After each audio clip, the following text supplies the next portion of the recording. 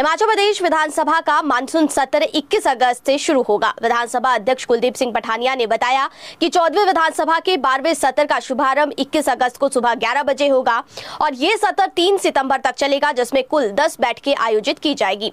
राज्यपाल की स्वीकृति के बाद विधानसभा सचिवालय ने शनिवार को सत्र की अधिसूचना जारी कर दी है और सत्र के दौरान 22 अगस्त यानी कि शनिवार को भी सदन की बैठक होगी। वहीं 28, 29 और 30 अगस्त को बैठकें नहीं होगी। 28 अगस्त को रक्षाबंधन और 29 अगस्त को शनिवार होने के कारण अवकाश रहेगा और इसके अलावा 27 अगस्त को गैर सरकारी सदस्य कार्य दिवस के रूप में निर्धारित किया गया है, जिसमें गैर सरकारी सदस्यों के प्रस्ताव और संकल्पों पर चर्चा होगी। विधानसभा अध्यक्ष ने जानकारी दी है कि सत्र की अधिसूचना जारी होने के साथ ही सभी विधायक अपने अपने विधानसभा क्षेत्रों से संबंधित प्रश्न, सूचनाएं और अन्य प्रस्ताव ऑफलाइन और ऑनलाइन माध्यम से विधानसभा सचिवालय को भेज सकते हैं। मानसून सत्र के दौरान प्रदेश से जुड़े विभिन्न जनहित और विकास संबंधित मुद्दों के साथ साथ विपक्ष द्वारा सरकार को कई अहम विषयों पर घेरने की संभावना है और इस बार मानसून सत्र के काफी हंगामेदार रहने के भी संकेत है। प्रदेश में हालिया आपदा राहत और पुनर्वास कार्यों, कानून व्यवस्था और भाजपा नेताओं व विधायकों पर दर्ज एफआईआर का मुद्दा सदन में प्रमुखता से उठने की संभावना है। विपक्ष इन मामलों को लेकर सरकार को जरूर घेरने की रणनीति तैयार करेगा और ऐसे में इस बार जो मानसून सत्र की बैठकें होगी वो काफी हंगामेदार हो सकती है। उधर मानसून सत्र से पहले प्रदेश की राजनीति में भी हलचल तेज हो चुकी है। मुख्यमंत्री सुखविंदर सिंह सुक्खू के मंत्रिमंडल में फेरबदल की चर्चाएं जोर पकड़ रही है। हाल ही में मुख्यमंत्री और प्रदेश कांग्रेस अध्यक्ष विनय कुमार ने दिल्ली में पार्टी के शीर्ष नेतृत्व के साथ बैठक कर संगठन और सरकार से जुड़े विभिन्न मुद्दों पर चर्चा की और इसके अलावा विधानसभा उपाध्यक्ष के पद पर नियुक्ति भी जल्द होने की संभावना बताई जा रही है। माना यह भी जा रहा है कि मुख्यमंत्री कुछ अपने विभाग भी सहयोगी मंत्रियों को सौंप सकते हैं। सूचना है कि इस मैराथन बैठक में सत्र शुरू होते हुए विधानसभा के डिप्टी स्पीकर और चीफ व्हिप की भी ताजपोशी तय है और इस मैराथन बैठक से छनकर आई खबरों के अनुसार एकमात्र खाली मंत्री पद के लिए कुल्लू के सुंदर सिंह ठाकुर और ज्वाली के संजय रतन के नाम सबसे आगे चल रहे हैं। बताया यह भी जा रहा है कि दिल्ली में हुए इस बैठक में इक्का दुक्का मंत्रियों के ड्रॉप करने पर भी मंथन हुआ है। सुक्खू सरकार का ये कदम महज मंत्रिमंडल का विस्तार नहीं बल्कि 2027 के चुनावी समीकरण साधने की बड़ी तैयारी मानी जा रही है। कैबिनेट में अभी 11 मंत्री हैं, जिनमें शिमला से 3, कांगड़ा से 2 और बाकी सोलन, सिरमौर, किन्नौर, बिलासपुर, ऊना और हमीरपुर से प्रतिनिधित्व है।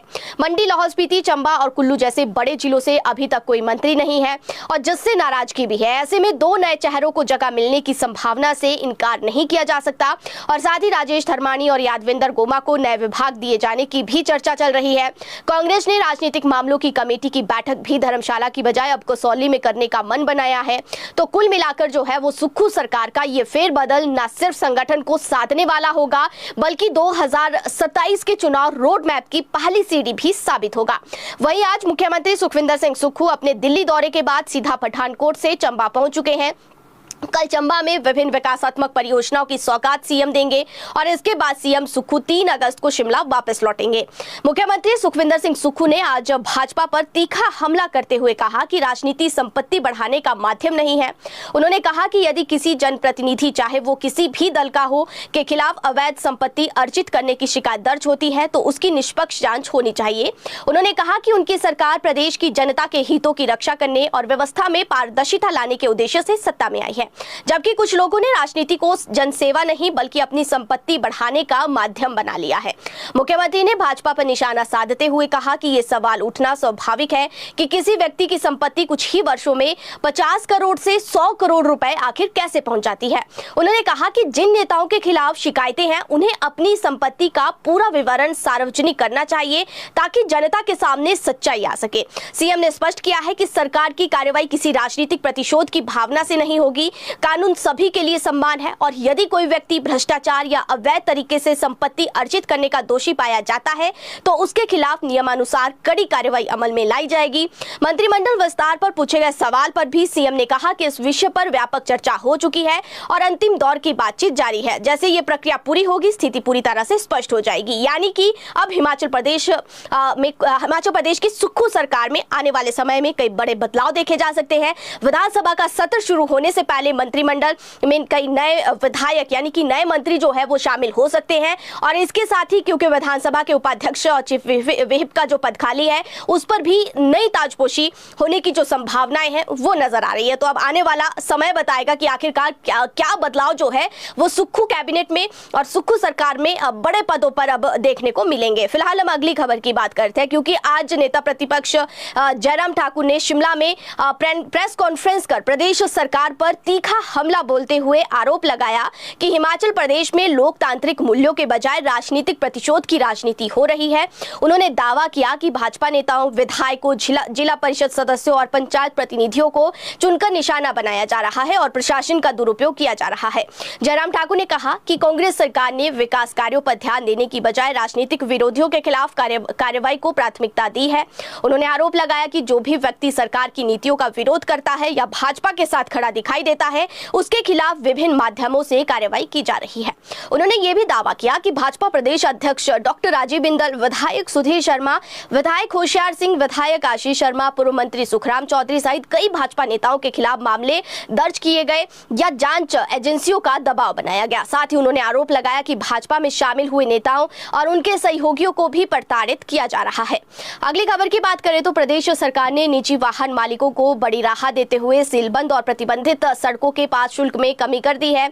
अब सीलबंद सड़क के लिए निजी वाहन का वार्षिक पास शुल्क 15,000 रुपए की जगह 8,000 रुपए और प्रतिबंधित सड़क के लिए 5,000 रुपए की जगह 3,000 रुपए प्रति सड़क कर दिया है। और इसके साथ ही सरकार ने 6 माह की अवधि का पास बनवाने की सुविधा भी शुरू कर दी है और इसके तहत सीलबंद सड़क के लिए 4500 रुपए और प्रतिबंधित सड़क के लिए 2,000 रुपए प्रति सड़क शुल्क निर्धारित किया गया है। इससे वाहन मालिकों को कम खर्च में पास की सुविधा मिलेगी और उन्हें अपनी आवश्यकता के अनुसार 6 माह या 1 वर्ष की अवधि का पास चुनने का विकल्प भी दिया जाएगा। अगली खबर की बात करें तो प्रदेश सरकार ने केएनएच से प्रसूति एवं स्त्री रोग विभाग यानी कि ओबीजी को आईजीएमसी शिफ्ट करने के मामले में एक हाई लेवल तकनीक कमेटी का गठन किया है। सरकार अब इस बात की भी समीक्षा करेगी कि विभाग को केएनएच में ही रखा जाए तो उसके क्या निहितार्थ होंगे। कमेटी अपनी विस्तृत रिपोर्ट और सिफारिशें सरकार को सौंपेगी, जिसके बाद आगामी कार्रवाई की जाएगी। कमेटी की अध्यक्षता Atal medical and research university AMRU Nerchowk के कुलपति करेंगे और इस कमेटी में कुलपति Atal medical and research university AMRU के कुलपति, प्रिंसिपल आईजीएमसी शिमला चमियाना अस्पताल के प्रिंसिपल, MS IGMC MS KNH medicine विभाग आईजीएमसी के HOD डॉक्टर बलवीर सिंह वर्मा और आईजीएमसी सर्जरी विभाग के HOD डॉक्टर पुनीत महाजन को सदस्य बनाया गया है। वहीं अतिरिक्त संयुक्त निदेशक आईजीएमसी को सदस्य सचिव बनाया गया है।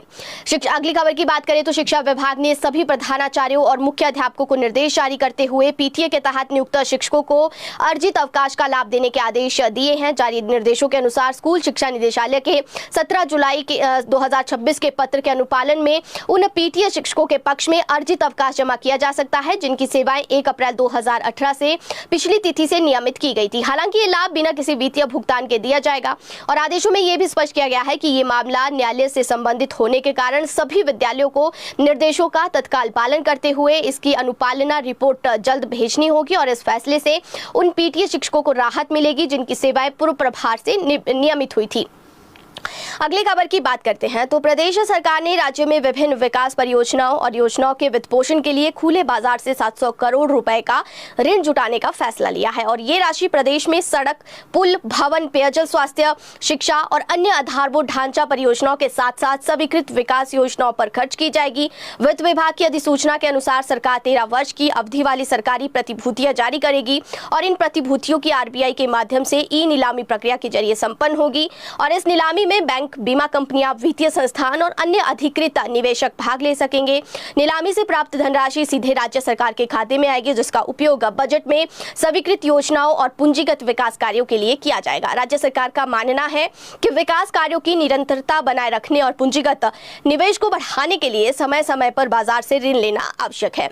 अगली खबर की बात करते हैं तो सुप्रीम कोर्ट ने एक मामले की सुनवाई करते हुए बड़ा फैसला सुनाया है कि शादीशुदा बेटी को अनुकंपा नियुक्ति पर विचार करने से सिर्फ इसलिए मना नहीं किया जा सकता क्योंकि राज्य सरकार की पॉलिसी में ऐसी नियुक्तियां सिर्फ तलाकशुदा या पति द्वारा छोड़ी गई बेटियों के लिए ही है। कोर्ट ने कहा है कि ऐसा वर्गीकरण असंवैधानिक है और संविधान के अनुच्छेद 14 का उल्लंघन है। जस्टिस MS सुधीरवंश और जस्टिस प्रशंसा बी वराले की बेंच ने सायरा खातून और उनकी बेटी की अपील को मंजूरी दे दी। उन्होंने ये अपील पटना हाईकोर्ट के उस आदेश के खिलाफ की थी जिसमें पिता की मौत के बाद बेटी के अनुकंपा नियुक्ति के दावे को खारिज करने के फैसले को सही ठहराया गया था। अगली खबर की बात करें तो प्रदेश के सरकारी स्कूलों में 393 पद शिक्षकों के खाली चल रहे हैं। शिक्षा विभाग की आरटीआई में ये बड़ा खुलासा हुआ है और ये जिलावार अगर हम इन प्रिंसिपल्स के खाली पदों की बात करें तो शिमला में 91 पद प्रिंसिपल के खाली है, सिरमौर में 54, चंबा में 46, मंडी में 28, कांगड़ा में 19, कुल्लू में 17, लाहौल स्पीति में 16, किन्नौर में 12, सोलन, बिलासपुर और हमीरपुर में 2-2 पद प्रिंसिपल के खाली है और इसके अलावा ऊना में 1 पद प्रिंसिपल का खाली है। तो कुल मिलाकर जो है वो प्रदेश के सरकारी स्कूलों में अभी भी 393 विदाउट मुखिया जो है वो स्कूल चल रहे हैं। तो ऐसे में अब शिक्षा विभाग ने प्रक्रिया आगामी शुरू कर दी है और जल्द जो है लेक्चरर्स और हेडमास्टर कोटे से प्रिंसिपल प्रमोशन होगी, जिससे जो है वो शिक्षकों को भी राहत मिलेगी और साथ ही साथ जो स्कूलों में लंबे समय से बिना प्रिंसिपल के कार्य रुके हुए हैं उन्हें भी गति मिलेगी। अगली खबर की बात करें तो राज्य चयन आयोग हमीरपुर ने नियमित आधार पर विशेष शिक्षक कक्षा 6 से 12वीं के 83 पदों के लिए आयोजित परीक्षा का परिणाम आज घोषित कर दिया है और ये परीक्षा 27 मई को आयोजित की गई थी। इन पदों को भरने की मांग हिमाचल प्रदेश स्कूल शिक्षा निदेशक से प्राप्त हुई थी और इसके बाद 28 नवंबर 2025 को विज्ञापन जारी कर आवेदन आमंत्रित किए गए थे और इन 83 पदों में सामान्य 31, सामान्य आर्थिक रूप से कमजोर वर्ग के लिए 10, सामान्य युद्ध में शहीद आश्रित के लिए 1 और अन्य पिछड़ा वर्ग के लिए 14 और अन्य पिछड़ा वर्ग गरीबी रेखा से नीचे 3 और अनुसूचित जाति के लिए 16 और अनुसूचित जाति गरीबी रेखा से नीचे के लिए 3 और अनुसूचित जाति युद्ध में शहीद आश्रितों के लिए 1 और अनुसूचित जनजाति के लिए 3 और अनुसूचित जनजाति गरीबी रेखा से नीचे 1 पद शामिल है। विज्ञापन के जवाब में कुल 271 आवेदन प्राप्त हुए थे और सभी को अंतिम रूप से प्रवेश दिया गया था। परीक्षा में 260 अभ्यर्थी उपस्थित हुए जबकि 11 अभ्यर्थी अनुपस्थित रहे। आयोग द्वारा अनुमोदित अंक सूची और अनुपात के आधार पर परिणाम अब तैयार कर दिया है जिसे तमाम अभ्यर्थी जो है वो ऑनलाइन देख सकते हैं। अगली खबर की बात करें जो कि काफी महत्वपूर्ण खबर है हिमाचल प्रदेश के तमाम कर्मचारी वर्ग से। हाईकोर्ट ने सरकारी कर्मचारियों के 15% लंबित महंगाई भत्ते, उससे जुड़े एरियर और किस्तों के भुगतान पर सरकार को फैसला लेने के आदेश दिए हैं। न्यायाधीश अजय मोहन गोयल की अदालत ने याचिकाकर्ताओं को 4 सप्ताह के भीतर संबंधित अधिकारी के समक्ष अभ्यावेदन सौंपने के निर्देश दिए हैं। सक्षम अथॉरिटी को 12 सप्ताह के भीतर अभ्यावेदन पर कानून के अनुसार एक स्पष्ट और कारण सहित आदेश पारित कर इस पर फैसला लेने को कहा है। अदालत ने बिना गुण दोष पर विचार किए याचिकाओं का निपटारा करते हुए संबंधित अधिकारियों को तय समय सीमा के भीतर उनकी शिकायतों पर विचार करने के निर्देश दिए हैं। याचिकाकर्ताओं ने डीए का भुगतान न होने को लेकर अदालत का दरवाजा खटखटाया था और अदालत ने राज्य सरकार को नोटिस जारी कर 4 सप्ताह में जवाब दाखिल करने को कहा था, लेकिन प्रदेश सरकार ने आज तक जवाब दाखिल नहीं किया। इसके बाद ही अदालत ने याचिकाकर्ताओं को संबंधित अधिकारियों के समक्ष अभ्यावेदन प्रस्तुत करने को कहा है और याचिका में आरोप लगाया गया है कि राज्य सरकार के कर्मचारियों और पेंशनरों का करीब 15% महंगाई भत्ता अभी तक लंबित है। केंद्र सरकार की तुलना में हिमाचल के कर्मचारियों को कम डीए मिल रहा है। अगली खबर की बात करें तो कोविड-19 महामारी और अन्य कारणों से वर्ष 2019 से बंद पड़ा भारत चीन सीमा व्यापार आज 6 साल के लंबे अंतराल के बाद दोबारा शुरू हो गया है। राजस्व एवं बागवानी मंत्री जगत सिंह नेगी ने शिपकिला बॉर्डर ट्रेड का औपचारिक शुभारंभ किया। उन्होंने भारत के 16 स्थानीय व्यापारियों के पहले जत्थे को चीन अधिकृत तिब्बत के लिए हरी झंडी दिखाकर रवाना किया और रवाना किए गए सभी 16 व्यापारी किन्नौर जिले के नमग्या, डुबलिंग और लियो गांव से संबंधित है और ये व्यापारी अपने साथ व्यापार के लिए गुड़, चावल, चाय पत्ती, चीनी, कारपेट, स्थानीय अनाज और बिस्कुट लेकर गए हैं। मंत्री ने कहा कि आज के व्यापार का पहला दिन है और स्थानीय व्यापारियों की मांग पर चीन अधिकृत तिब्बत के लोगों के लिए अन्य सामान भी ले जाया जाएगा। अगली खबर की बात करते हैं तो एचआरटीसी ने यात्रियों को बेहतर और एकीकृत सुविधा देने के उद्देश्य से ग्रीन कार्ड, येलो कार्ड और सम्मान कार्ड को एक मंच पर लाते हुए हिम बस प्लस कार्ड शुरू करने का फैसला लिया है और ये नया कार्ड इसी सप्ताह प्रदेश भर के बस अड्डों और डिपो में बनना शुरू हो जाएगा। इसके लिए ऑनलाइन आवेदन की सुविधा भी उपलब्ध करवाई जाएगी। निगम के अनुसार हिम बस प्लस कार्ड 365 रुपए के वार्षिक शुल्क पर उपलब्ध होगा और इस कार्ड के माध्यम से यात्रियों को यात्रा श्रेणी के अनुसार 5 से 15% तक किराए में छूट मिलेगी। निगम ने कार्ड बनवाने के लिए यात्रियों को 1 माह का समय देने का फैसला लिया है। एचआरटीसी का कहना है कि अलग अलग श्रेणियों के कार्डों की जगह अब एक ही कार्ड से सभी रियायती सुविधाएं उपलब्ध होगी और इससे यात्रियों को सुविधा मिलेगी और कार्ड प्रबंधन व्यवस्था भी अधिक सरल और प्रभावी बनेगी।